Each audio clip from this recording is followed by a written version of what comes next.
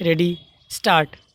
सभापति महोदय, सरकार ने कई कृषि फार्म खोले हैं।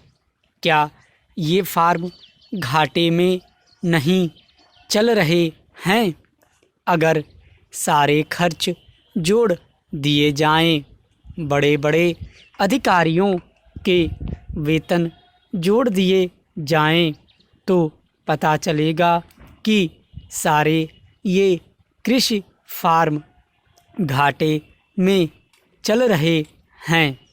क्या इसी तरह से आप सारे किसानों को घाटे पर खेती करने के लिए मजबूर करेंगे?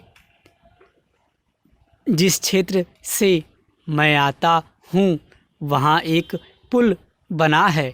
मैंने 10 वर्ष तक अपनी विधान सभा में इस पुल के लिए कोशिश की है। जिस दिन से मैं यहाँ आया हूँ बराबर उसकी चर्चा करता आ रहा हूँ, बराबर कोशिश कर रहा हूँ। मैं कहता हूँ कि गंगा पर वह पुल बने। उस पुल को बनाने का आश्वासन भी मिला था। एक प्रश्न के लिखित उत्तर में यह जवाब दिया गया था। यह कहा गया था कि इसको हाथ में लिया जाएगा। अब मालूम हुआ है कि उस योजना को उठाकर ताक पर रख दिया गया है और यह पुल नहीं बनेगा। इन लोगों ने क्या कसूर किया है? मैं आपसे जानना चाहता हूँ। हमारे क्षेत्र के लोगों ने पाकिस्तान की लड़ाई में सरकार को हर तरह का सहयोग दिया था, हर तरह की सहायता दी थी। हमारे यहाँ के नौजवान भी मोर्चे पर जाकर डटे। जिस समय पाकिस्तान के साथ हमारा युद्ध चल रहा था तो कहीं कोई बात नहीं थी। अन्न की कमी कहीं नहीं थी। अन्न की कमी भी हमारे विरोधी साथी पैदा करते हैं, जो यह चाहते हैं कि सरकार असफल हो जाए।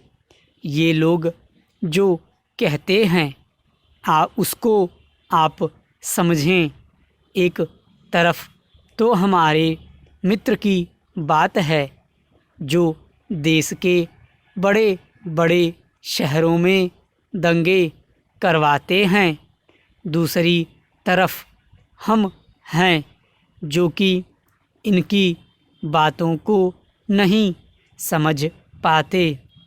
इनको सभी वे लोग मिल जाते हैं जो बेकार होते हैं या जो दंगे करवाने के लिए उत्सुक हैं। इसलिए सरकार का इन सारी चीज़ों की तरफ ध्यान जाना चाहिए और उसको सोचना चाहिए कि क्या तरीका इन सब से बचने का हो सकता है।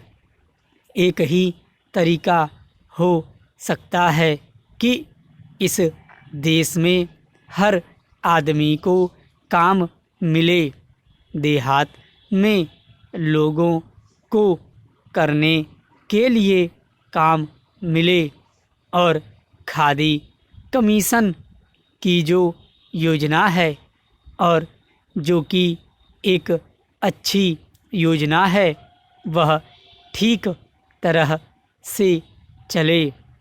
सौभाग्य से मैं आर्य समाज संगठन से संबंध रखता हूँ। स्टॉप।